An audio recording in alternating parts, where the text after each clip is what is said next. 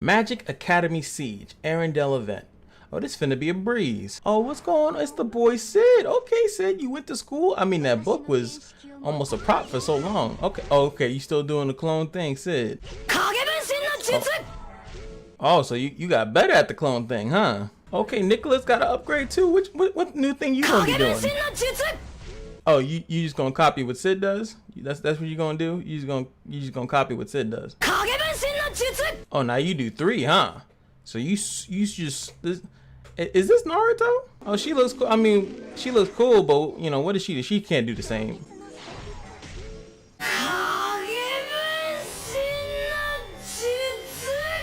Really? Really though? You know what? Screw it. I'm about to rise and slap all these people.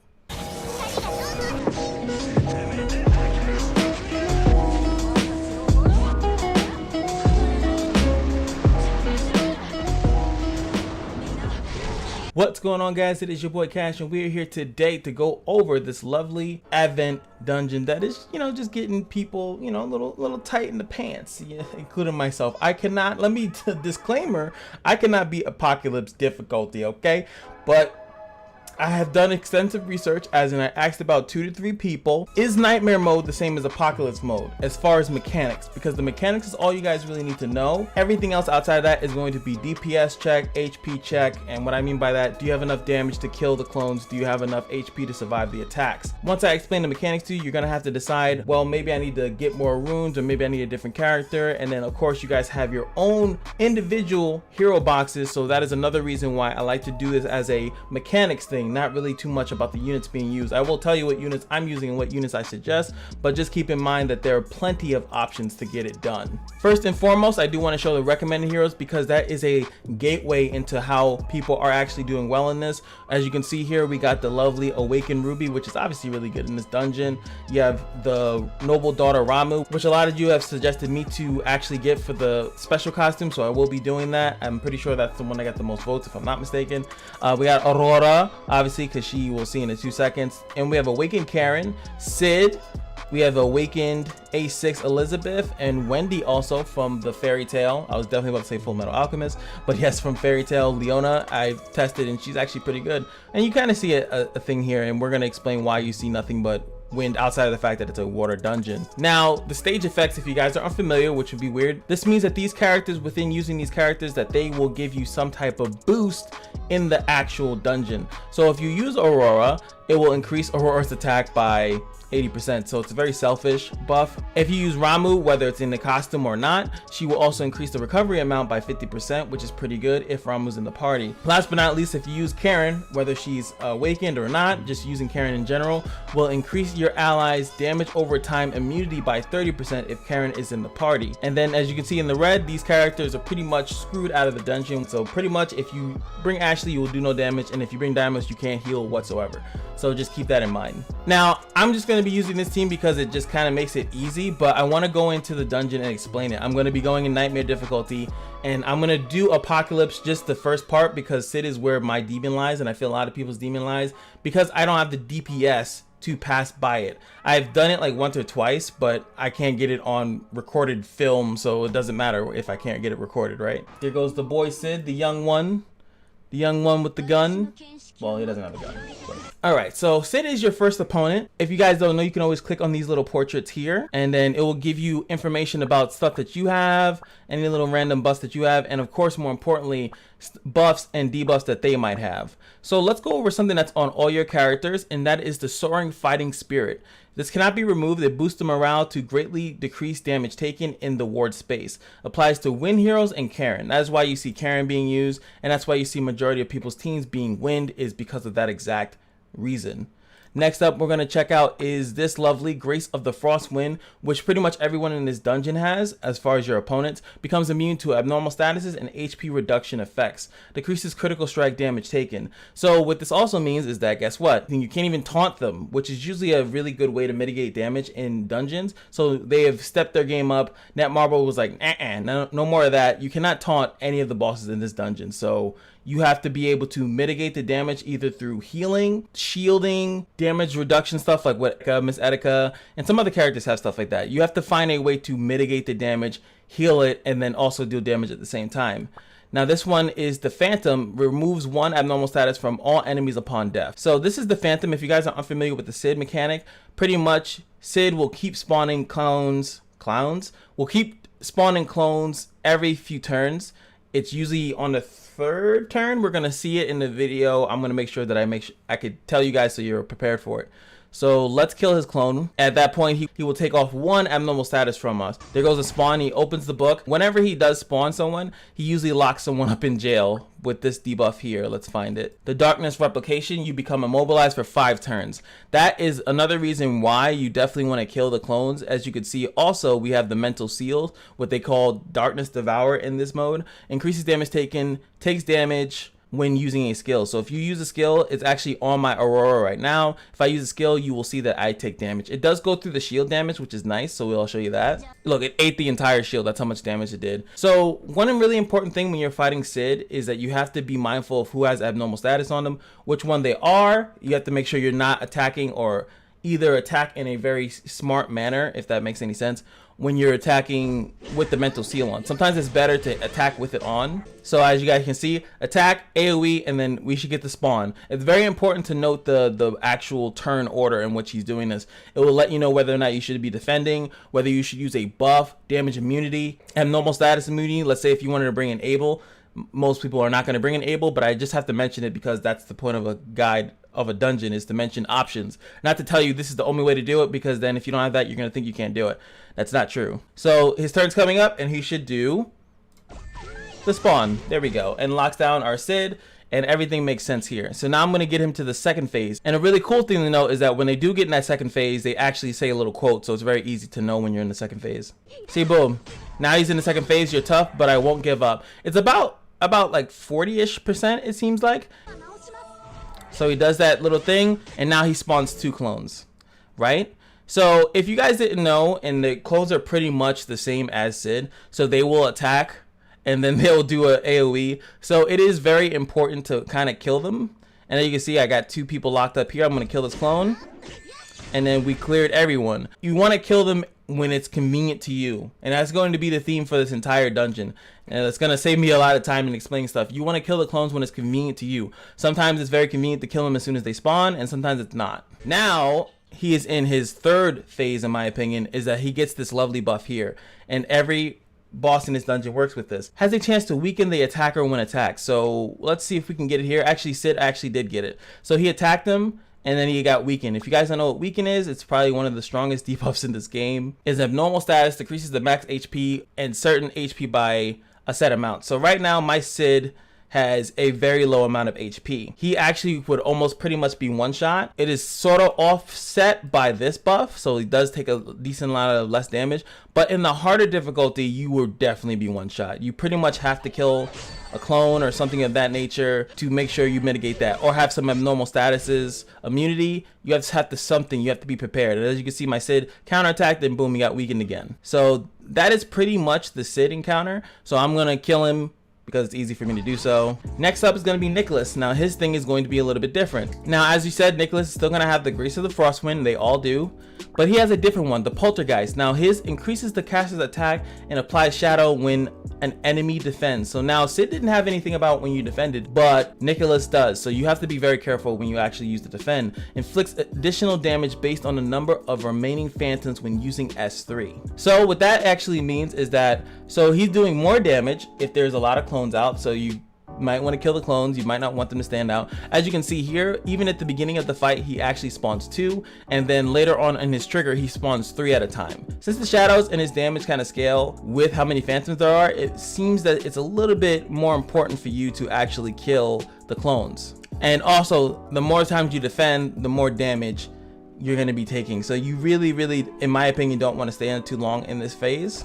As I'm in the lower mode, it's very easy to clear them, but that is going to be your biggest thing. If you're going in apocalypse difficulty, your biggest issue is going to be the ability or inability to clear the clones. when you want to and when you need to. As you can also see in Nicolas's fight, he blinds you every once in a while, so I got a 2-turn blind, which kind of sucks. But again, a blind is an abnormal status. Abnormal status blocking in this fight is really, really good.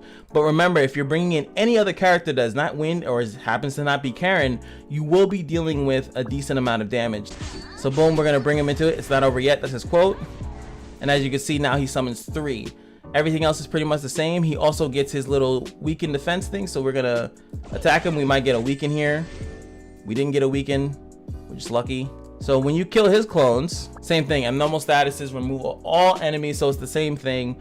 It's a way to get rid of the weakens and get rid of the blinds and things of that nature. So just keep that in mind. That's what you're doing. But you're afraid of him doing any crazy stuff. See, look, he just blinded Wendy. Boom. My characters are countering, and that's another thing that you might want to be a little careful of, is your counter stat, because if they counter, they will counter on the main unit. If this buff is here, they will get weakened, so you have to be really, really careful with that. So I'm just gonna go into the next phase. That's pretty much all you need to know, to be honest with you. And next is ERANDEL herself. As you know, it's all clones all day.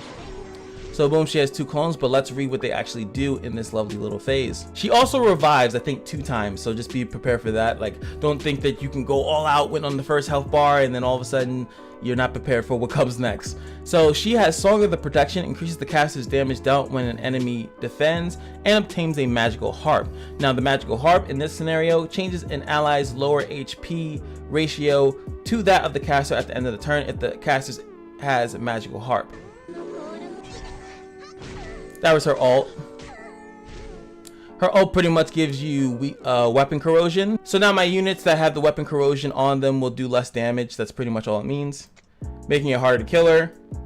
Making so that when I do attack her, luckily in this game you can defend, but remember, every time you defend, you will be giving her a damage boost and a magical harp as well. In the harder difficulty, you're gonna have some trouble making sure her HP is low and then kind of balancing the HPs or just sniping them if you have enough DPS. We're gonna take her first life here because I want to show you the other things that happen as well. Also, you can see increased damage dealt is right here. So it's a little lovely little buff here. So I defended 4 times, but she dies and it goes away. On her first revive, where are you, girl? Her first revive, she gets counterattack chance up.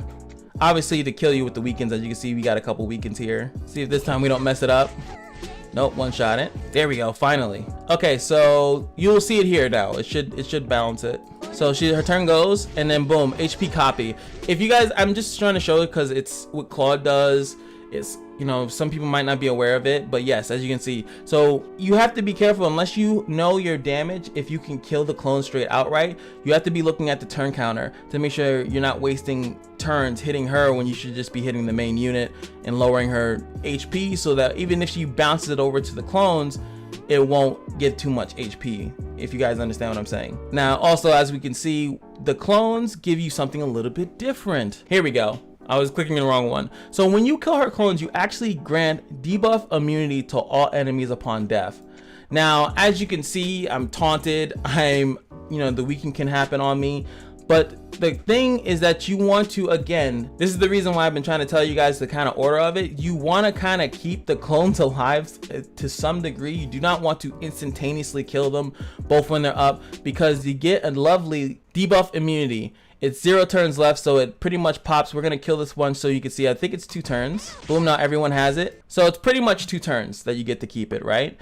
So you have to really, really, really be kind of mindful of that. Again, more in apocalypse difficulty than this one. This one, I can pretty much auto this with a decent amount of my not even fully built win units. So they're just kind of in here bullying her to death. So you have to be ready to go for the kill with all your units, because as you know, boom, now she has the weaken thing, but I have damage immunity up. So now I can safely kind of go and attack her over and over again and not have to worry about getting weakened.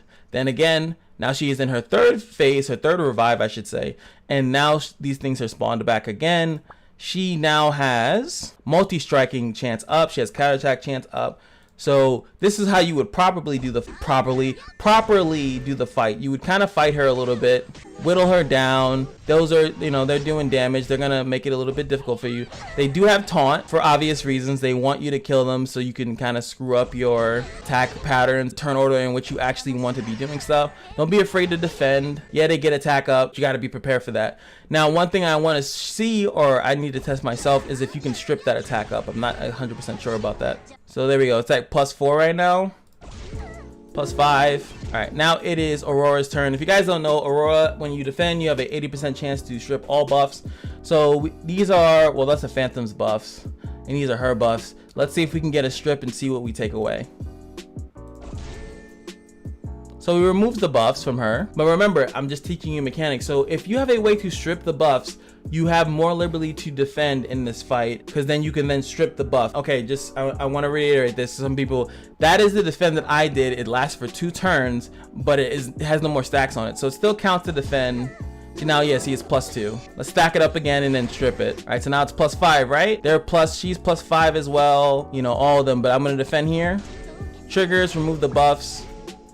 Now she's at 2 turns, 4 turns, so I didn't get the strip on them. It's not foolproof, but yes, you can strip those buffs, the increased damage buffs. And that is pretty much all there is to this dungeon. As you can see, it's a very good DPS check. Also, you can see here that in this last phase, she does spawn more phantoms, so that's a little bit of a relief, honestly. Let's kill all the clones, actually. I just want to test this out for myself, if she keeps spawning clones in general. There we go. So right there, she actually spawned 2 more. So she does keep making clones, so you don't have to rush through it. That's pretty good.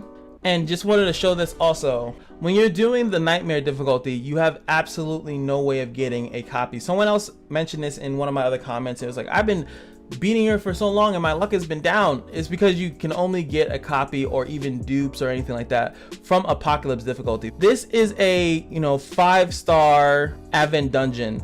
The reason why they have the nightmare difficulty is for 2 reasons. One, for people like me that just did a guide showing you the mechanics of the actual dungeon so you can prepare yourself for it. This is actually really cool, and I actually hope that they keep a nightmare difficulty for other 5-star events. It really helps. As you can see, I cleared it with a certain amount of heroes. All I have to do is improve those same heroes over time, and then I would see, oh, that's all I have to do to actually pass this dungeon. I just need to work on my gear. I need to purple star them up, things of that nature. That is the purpose of this. Also, it's for the summon event, obviously. And you can see here, I have already 100, and that's just from doing the... Okay, they're gonna keep talking. I hate that they talk. I wish you could mute them. But you can see here, I already got 100 already, and that's just from doing it every day that it's been out. If you can't clear the Apocalypse difficulty, do the Nightmare difficulty, at least during this event. It's like 10 days left. So you can boom, summon, possibly get Aurora. I know some people don't have the ability to summon on this or didn't get it early. Make sure you're doing your nightmare difficulties if you can't clear the Apocalypse so you can summon, possibly get a free SSR. Well, not free. Well, yeah, free SSR just from playing the game. So that's pretty cool. All right, now let's talk about potential characters that you can use. Now, Wendy is really good. Even though they take reduced damage from crit damage, it's still good damage. In Apocalypse, you want to go with something more DPS oriented, like maybe Aurora's lead or something like that, which does more damage on damage over time, and then maybe have some type of poison. Kali is a good option. Sid is usually used because of the fact that he has a lot of heals, and he also has a dispel when he attacks. So on counter, he'll take away some of those weakens. He'll take away the blinds. He'll take away the weapon corrosion. So that's another reason why some people have been using Sid, and he's wind, so he's, you know, right up the alley of that buff that you're gonna get. Ruby is usually used, as you can see, purely for DPS. You want to be able to take out the clones, as I've been saying throughout this entire video, when you want to. You want to be able to snipe a clone, and Ruby's one of the best ways of doing that. And she's an awakened character, so even if you check out the attack of mine, 9,000, because why not? You know, I have a really strong chance of sniping a target. On Apocalypse difficulty, I still have some trouble doing that with Ruby, but she sometimes does get the job done. Karen is another really good option, just because she has an AoE cleanse, and she also removes buffs, as we said. So if you needed to use a couple defends and you know your Karen's S3 is coming up, then you can just fully wipe it away when you need to. She also has the thing that gives people turns, so you can take one of her turns and give it to someone else where it matters more. And she also, where is it? There it is, removes 1 debuff from an ally when she gets a turn as well. So she's also a constant cleanser. Even if she defends, she can take off some of the weakens on her turn and things of that nature. Some people said that they were using Leona, and this is probably this costume, Destined Girl in Leona. One of the reasons why I did test this out is because of the S2. It's a pretty low cooldown, removes all debuffs from a cone of allies, gives them HP, and they pretty much get their turns a little bit quicker. Noble Daughter Ramuh, more specifically. The reason why is because the Earl Signet, whatever, however it's said, I'll never know. I should like Google it or something. Gives all allies a 30% chance to become immune to abnormal statuses, aka there's a 30% chance that they will not get hit with an abnormal status, which as we know is the Weaken, the Taunt, and the Blind in that dungeon. And last but not least, of course, Aurora. I'm sorry, but you know, she does have this nice leader passive as we spoke about. Her 60 passive where she's immune to Weaken, so they kind of want you to have her as one of your best DPS units in there, like, because she can't be weakened, so she can always be attacking the main unit, the main boss. 80% chance to remove 2 buffs, so I was mistaken when I was talking about this throughout the video. Only 2 buffs, so there's a chance that it might not remove the other buff. I guess that's where Karen comes in. From all enemies, and the same chance to decrease the caster's damage taken, aka make her a little bit tanky. She is a hybrid though, so her attack will not be like skyrocketingly high. Recommended heroes, if you go further down enough, there are some people that are using Kayn. And now the reason why some people are using Kayn is because Kayn's ability to actually do a lot of damage to supports. Sid is a support, and so is ERANDEL. So that's why you see him coming in at number 12 with his ability to actually deal some DPS to those clones in the first and last phase of the fight to kill them pretty easily. And I promised I would try at least one of these for the video, so here we go. I apologize about the length of this video. It's already 37 minutes on my end, so hopefully you guys enjoyed. If you did like the video so far, feel free to like, share it. Some people don't know all this information. Some people are still trying to get through it, but here we go. Let's try this Apocalypse difficulty. So here we go. Now remember, let's see if my Ruby can actually snipe this. See? 9,000 attack, 9,000 attack, right? My Ruby's S3 is maxed, right? Didn't get the kill because it didn't crit. If it crit, it would have killed. So that's just like a little, you know, homage to how important that is. Now I don't necessarily need to kill it right now, but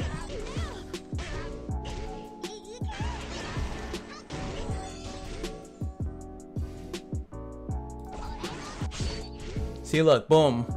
I got a crit that time. I also had some attack buffs with her other passive, and I was able to one-shot the clone.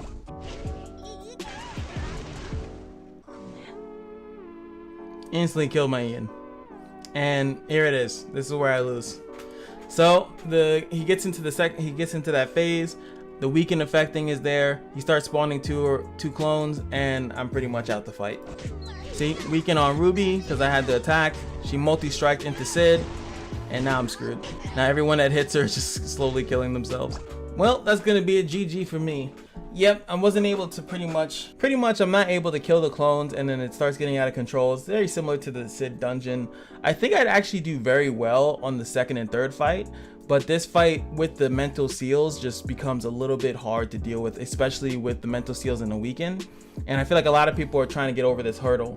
Once I get it clear though, once I get a clear, that will be like a separate video, but the separate video is just going to be called like ERANDEL clear video, where I can show, oh, I actually beat it. This is the team that I beat it with, XYZ. But until then, I hope you guys enjoyed. This is just me explaining the mechanics, getting you guys on the right path, letting you know why there's 2 difficulties. Also, hoping that it helps some people that are on Apocalypse difficulty that maybe just, you know, are missing 1 or 2 things. But as always, every day is your lucky day in the Kashino, and I will see you guys in the next video. Peace.